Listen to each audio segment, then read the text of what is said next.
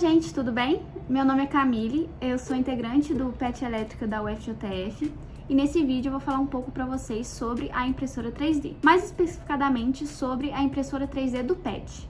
Atualmente eu entrei como coordenadora desse projeto dentro do PET, mas mesmo antes de eu entrar como coordenadora, a gente já tinha uma impressora pronta, feita há anos anteriores por outros membros, e eu vou estar explicando para vocês como é o funcionamento dela dentro do PET, para o que a gente utiliza ela, qual a sua funcionalidade dentro do PET, e vou explicar também o que é uma impressora 3D, né, para vocês que não conhecem ou que já conhecem, para saber como que é a do PET, porque nós mesmos, né, nossos membros mesmos, um tempo atrás, que desenvolveram essa impressora. Atualmente a gente está desenvolvendo outro modelo de impressora parecido com o que a gente já tem, para estar fazendo dela uma utilidade igual à impressora que eu vou falar aqui hoje para vocês está sendo dentro do grupo. Bom, primeiramente, o que é a impressora 3D? Bom, a impressora 3D é basicamente uma forma, né, que se encontrou há muito tempo atrás, lá para a década de 80, de se imprimir objetos físicos a partir de formas digitais. Então, a gente modela uma peça no computador, no software que a gente utilizar, né, que a gente quiser, o aplicativo que a gente quiser, e a partir disso a gente consegue colocá-los para imprimir dentro dessa ferramenta que é a impressora 3D. A sua história, ela começou lá na década de 80 com um cara chamado, um engenheiro chamado, vou ler aqui, gente, porque é um nome bem complicado, Chuck Hull. E ele trabalhava numa empresa, não sei, eu vou passar a história bem assim de leve para vocês, porque nem eu sei muito bem como ela é, mas só para contextualizar vocês. Mas ele trabalhava numa empresa em que um dos processos dessa fábrica, né, dessa empresa, era fazer a cura de tintas com luz UV. E ele viu uma oportunidade de, às vezes, né, trabalhar com essa secagem e, às vezes, até mesmo construir modelos 3D a partir disso. Então, originando lá na década de 80, né, essa ideia, ela foi se desenvolvendo e temos um nome para isso atualmente, formas de impressão que a gente faz na impressora 3D, que é essa FDM, né, que é deposição de material fundido, que é basicamente você esquenta um material, né, e a partir desse material, quando ele se solidifica, ele tem um alto calor específico, então quando ele se solidifica, ele consegue se incorporar e assim construir o objeto que a gente deseja. Eu trouxe aqui para vocês mais ou menos como é que funcionaria isso, de forma bem lúdica, que é o processo de impressão por meio dessa fundição desse material, que é basicamente você esquentar esse material até o seu ponto de fusão, ali perto do seu ponto de fusão, e a partir disso você consegue fazer ele ficar mais líquido, mais maleável e moldar-se ali de acordo com o que você quer imprimir. Então, eu trouxe aqui para vocês como esse processo de colocar esse filamento, né, esse material, para construir um sólido a partir dele, a partir da sua fundição. Bom, esse material ele pode ser composto por vários tipos. O que a gente utiliza dentro do PET é o PLA, mas tem outros tipos de resina, de materiais plásticos que podem estar sendo utilizados.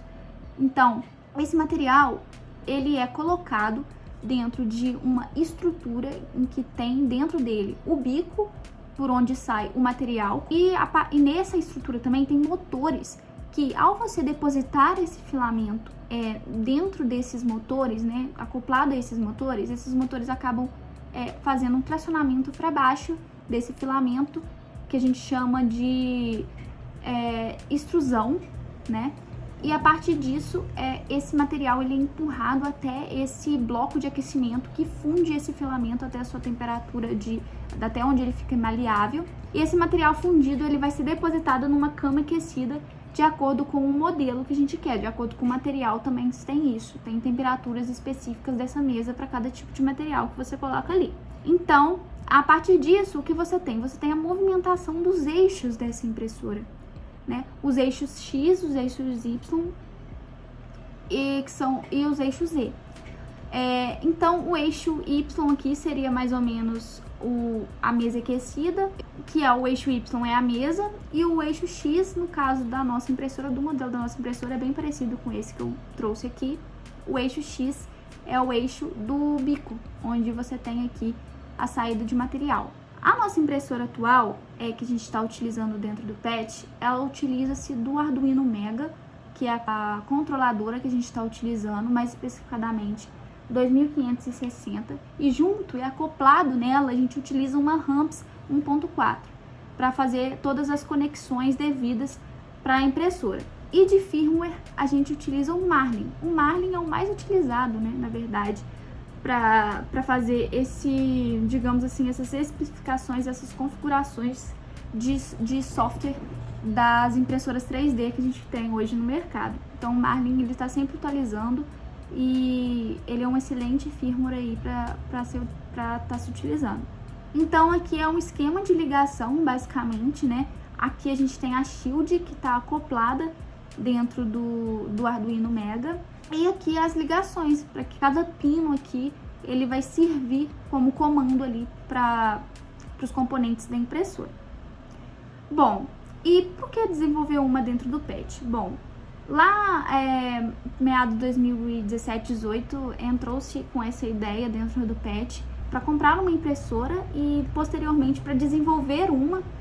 E o princípio foi basicamente você estudar a impressora 3D e suas inovações e contribuir para outros projetos dentro do grupo, né, para imprimir às vezes objetos que são necessários para outros projetos dentro do grupo, como o Linus, que é um projeto que a gente tem dentro do PET, o braço robótico, né? Então, assim, a gente faz uma grande utilidade dela hoje dentro do PET.